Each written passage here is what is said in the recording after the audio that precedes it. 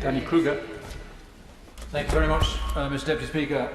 I'm honoured to be called so early in this debate, among my many colleagues keen to get in. So no, it is a great honour, and I want to start by echoing the remarks made by my honourable friend, the member for Weston-super-Mare, on the importance of this motion and of the report by the committee. And it's also an honour to follow the Right Honourable Lady for Derby South, and I pay tribute to her work and to her personal integrity and her commitment to the principles of standards in public life. Of course, I disagree with her on her judgment of the changes that the government is making to the code. They are very important changes, but I don't think they're as exciting as she suggests. Of course, the government is not going as far as Labour would like, but the fact is, and as the Minister made clear, the code is now stronger than it was before. It's stronger than ever, and it has followed, the government is following the requests of the committee.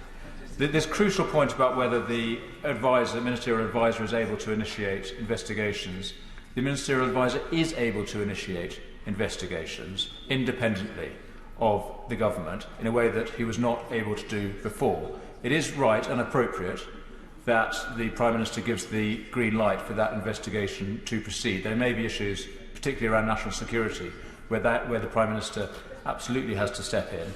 But it would be absolutely outrageous, and it would bring down the wrath of this House and of the country if the Prime Minister abused that power. It's right that he or she has it. And the independent scrutiny, which the Right Honourable Lady just mentioned, remains at the core of the code.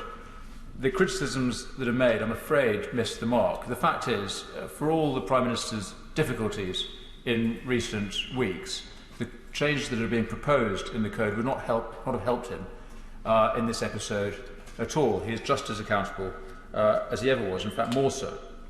And I want to just repeat the point that I made to the Right Honourable Lady, the Deputy Leader of the Labour Party, in my intervention earlier. The Institute for Government has made a very important intervention. It said that the charges that are being made against these changes to the code by members opposite are, I quote, confected. And the Institute of Government has called on members opposite to correct the record when they say that the ministerial code is being weakened by these changes. I really do invite them to do so in the interests of honesty and in the interests of the standards in public life that they claim to uphold. The Institute of Government praised the changes that are being made, particularly the introduction of a range of sanctions.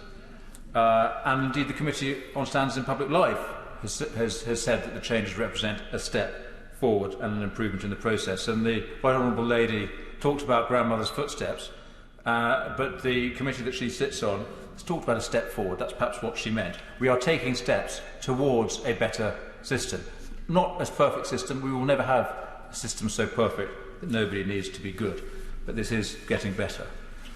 I want to finish by talking about what Labour's suggestion is for their idea of a perfect system, which is a call for a single ethics commissioner. I think this is a very dangerous proposal, Mr. Deputy Speaker. There's much talk of democracy, including from the front bench from this MP. But this is the proposal here is to set up an unelected individual charged with this godlike power to judge the morals of ministers.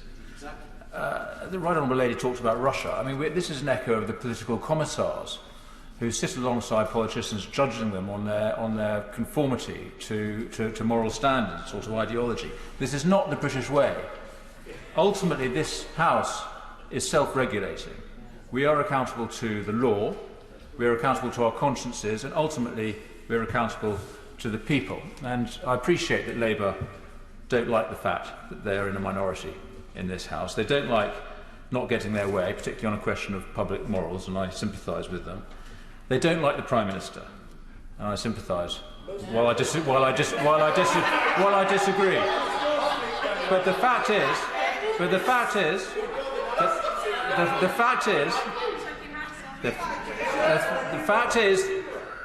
Mr. Deputy Speaker, that the government that this Prime Minister leads retains the support of the majority of members of this House. The government retains the government has the confidence of this House, and that is the ultimate accountability that any minister needs. And I'm sorry that they don't like the democracy that they're part of. Thank you, Mr. Deputy Speaker. Clive Bedford. Mr. Deputy Speaker,